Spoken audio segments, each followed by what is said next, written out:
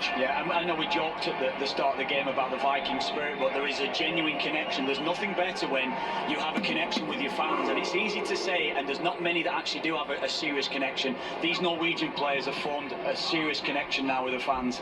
Let's listen in.